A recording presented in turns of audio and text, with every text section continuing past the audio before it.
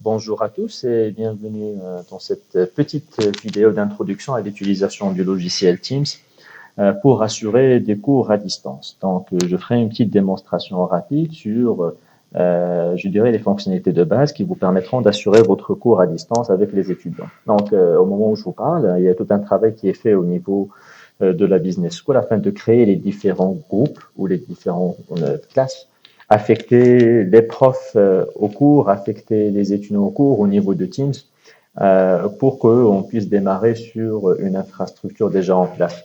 Alors l'idée, c'est que ce que vous voyez entre vous, c'est Test Team. Donc ici, c'est tout simplement un petit groupe que j'ai créé où il y a moi et deux autres ou trois autres professeurs que je considère comme étant des étudiants pour voir un petit peu comment ça marche. Donc l'idée, c'est que à partir du moment où vous êtes affecté à un certain cours, ben, vous aurez quelque chose qui ressemble à ça sur Teams. Alors Teams, vous l'avez à travers votre adresse email UR.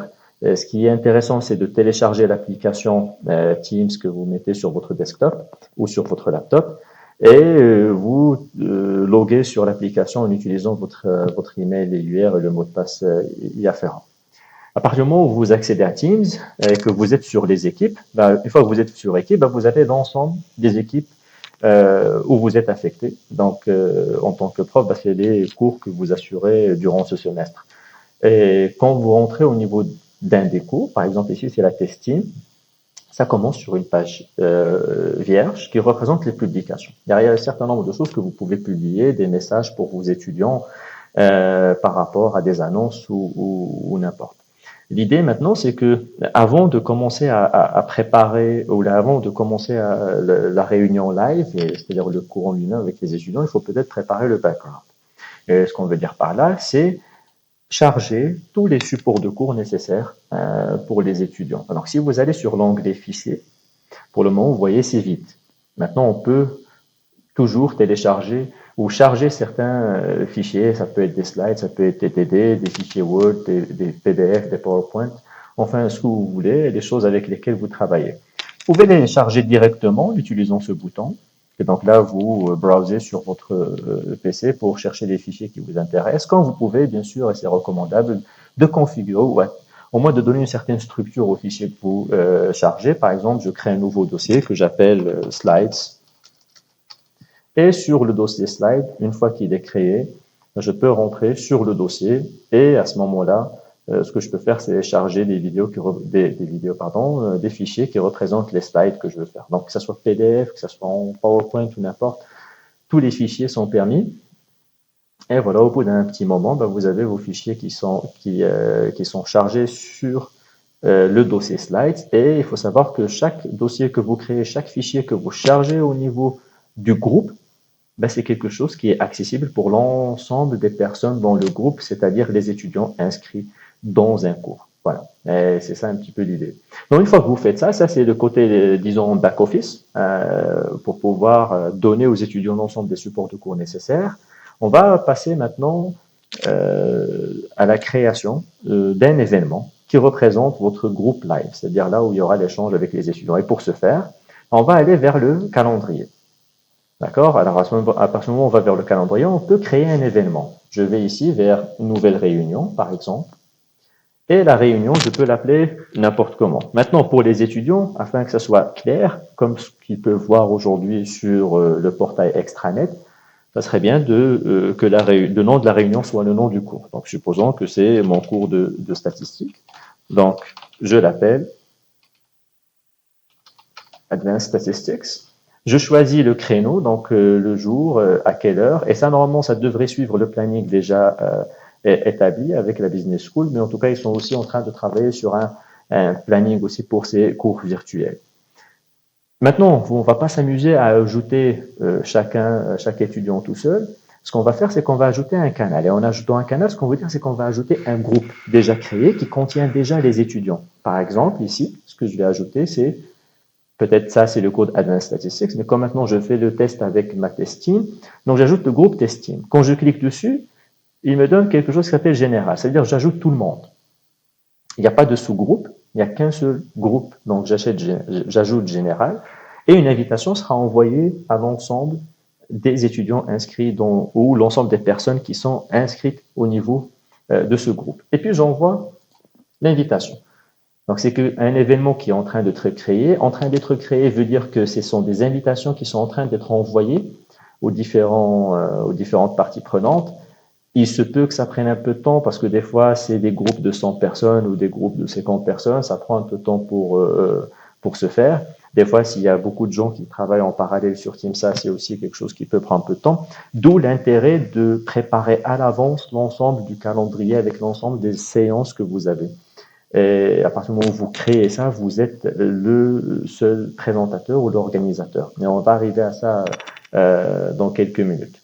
Alors, en attendant que ça charge, on peut voir d'autres fonctionnalités, mais l'idée c'est qu'on va aller directement vers le calendrier parce que ça va faciliter un petit peu la chose. Teams vous permet d'avoir des conversations directes avec des personnes ou vos conversations avec les équipes, comme ce qu'on vient de voir. Ça vous permet aussi de voir des devoirs en ligne, un certain nombre de choses. Mais revenons, voilà, maintenant, le cours il est là, la séance elle est programmée. Ce que je vais faire, c'est que je vais cliquer sur la séance et je vais aller vers option de la réunion, ce que vous voyez ici. Alors, sur option de la réunion, quand vous cliquez dessus, et ça, c'est une étape cruciale, il ne faut pas l'oublier, il faut définir qui présente.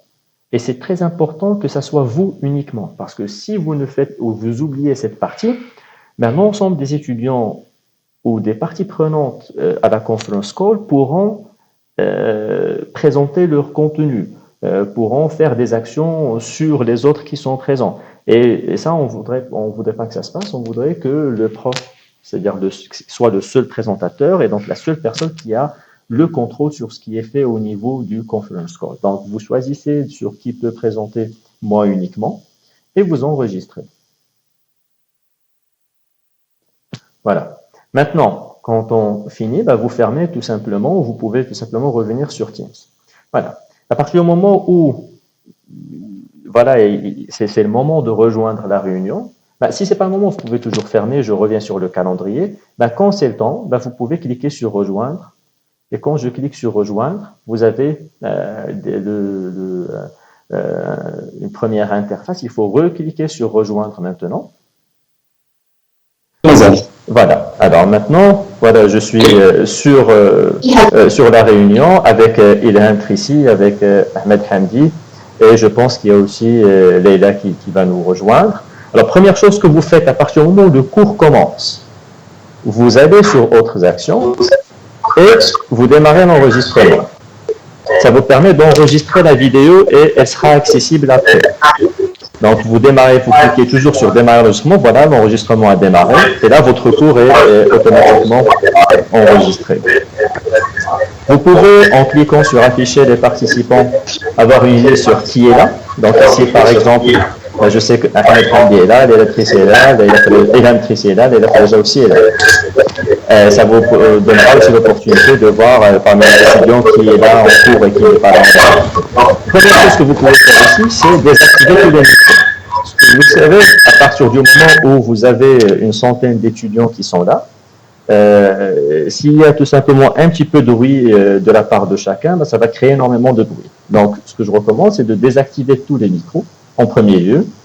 Chacun des étudiants peut par la suite activer son micro pour peut-être poser une question, pour demander une clarification. Mais c'est quelque chose qu'il faut dire au début, qu'il faut garder tous les micros désactivés et qu'on ne les active qu'à partir du moment où on a une question. Cette question peut bien sûr être posée oralement, mais aussi par écrit. Ici, vous avez la conversation. Si vous cliquez dessus, à ce moment-là, vous avez toute la conversation avec les personnes qui prennent part à la réunion. Si quelqu'un a une question, il va tout simplement écrire sa question. Et à ce moment-là, vous avez une notification, quelqu'un a partagé quelque chose. Vous pouvez répondre oralement, il vous entend. Vous pouvez aussi répondre par écrit. Vous pouvez charger des fichiers qui permettent de répondre à la question.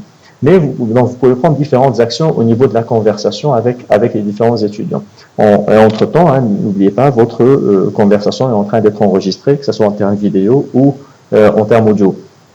Maintenant, une des choses très importantes, c'est le partage de l'écran ou le partage de certains PowerPoint qui vont nous servir à faire le cours. Parce que quand on est en classe, on a un projecteur, on a un écran, on partage le PowerPoint et puis on explique sur la base de ça. C'est aussi possible de le faire sur Teams.